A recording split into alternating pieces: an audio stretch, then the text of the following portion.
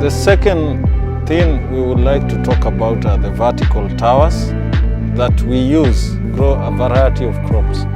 You can use these towers to grow hydroponic spring onions, like you're seeing them growing here.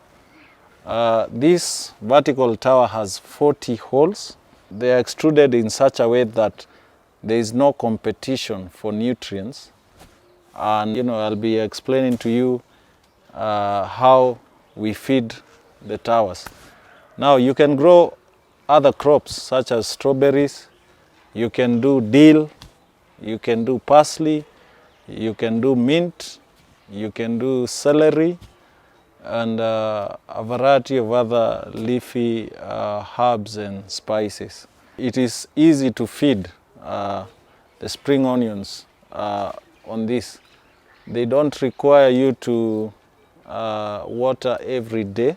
That's why we have them in the same system together with the strawberries.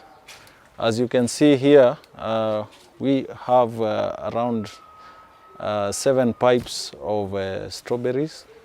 As we said, each of these vertical tower has 40 holes. So these are 40 seedlings of the strawberries, and they are now at the flowering stage.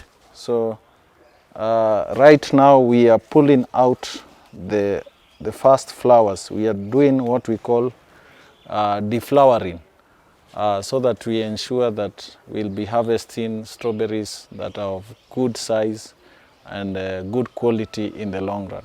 Basically, for strawberries, you should not water them every day because they will wilt and die. So that's why we have one system growing the onions together with the strawberries. So we only water once every 3 days.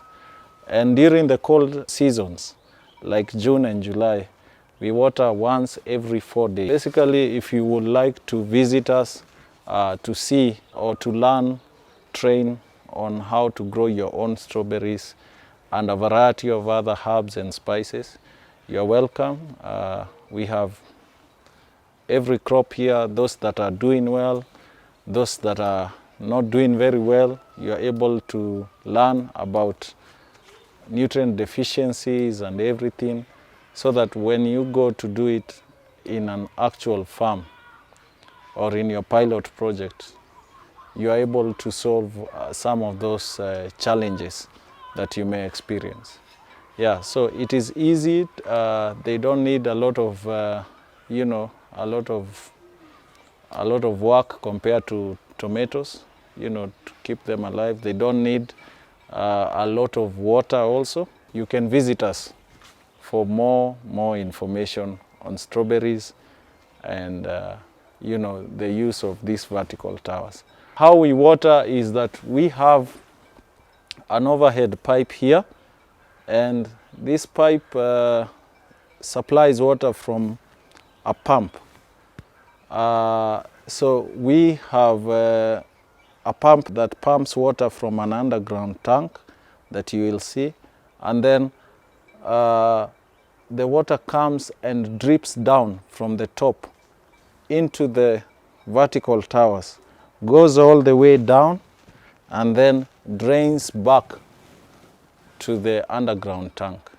Yeah, so I hope you can now see that you don't need a lot of water, and you also don't need to be watering manually. You can have a pump. You can also install a timer that takes care of that if you're away and you do not have anyone to do the watering for you.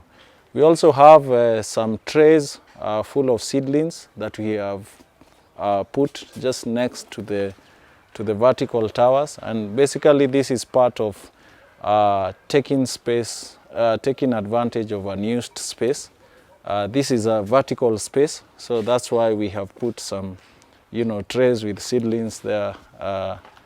They are for collards, amaranth, and nightshade.